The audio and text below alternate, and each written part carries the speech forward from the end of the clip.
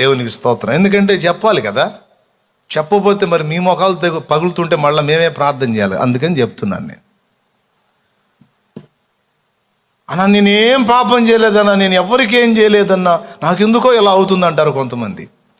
మనిషి మనసు ఎంత నీచమైందో చెప్తా వినండి.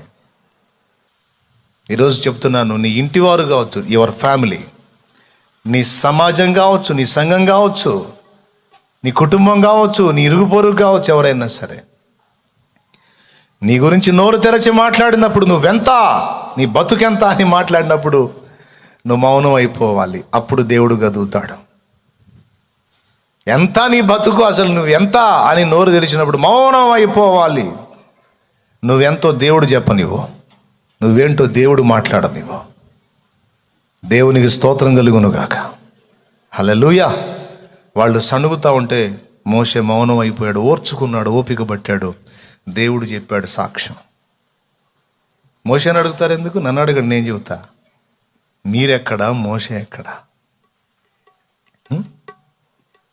మీలాంటోడా మోషే? నా ఇల్లంతటిలో, టోటల్ ఇశ్రాయేలు జనాంగం మొత్తంలో, దేవుని ఇల్లు అంటే ఇశ్రాయేలు జనాంగం మొత్తంలో కూడా మోషే లాంటి నమ్మకమైన వాడు నాకు కనపడలేదన్నాడు. అమ్మో, ఎంత గొప్ప సాక్ష్యమో చూడు, ఎంత గొప్ప స్టేట్మెంటో చూడితే. మోషే చేసింది మనం నేర్చుకోవాలి. దేవునికి స్తోత్రం కలుగును గాక. చెప్పు, గట్టిగా చెప్పు, స్తోత్రం చెప్పు. సణిగేవాడిని సణగని, గొనిగేవాడిని గొనగని, అన్యాయం చేసేవాడిని చెయ్యని, నిందించేవాడిని నిందించని, ఎగతాళి మాటలు మాట్లాడేవాడిని మాట్లాడని, ద్వేషాన్ని వెళ్ళగక్కేవాడిని వెళ్ళగక్కని, కొండాలు ప్రచారం చేసేవాడిని చెయ్యని, తృణీకరించేవాడిని తృణీకరించని. తగ్గించుకో, ఓర్చుకో, మౌనం వహించు. దీనంగా దేవునికి వెళ్ళి చూడు. నీ పక్షంగా దేవుడు నోరు తెరచిన నాడో నీకు వ్యతిరేకంగా మాట్లాడిన గొంతులన్నీ మోగబోతాయి. ఆ స్వరాలన్నీ ఆగిపోతాయి. గడగడ గడగడ వణికిపోతాయి.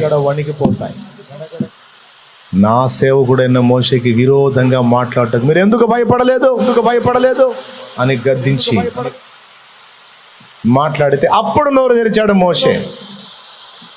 వాళ్ళు తనకు విరోధంగా మాట్లాడినప్పుడు నోరు తెరవలేదు, కానీ వాళ్ళకు విరోధంగా దేవుడు లేచినప్పుడు మాత్రం మోషే నోరు తెరిచాడు. అయ్యా స్తోత్రం చెప్పు.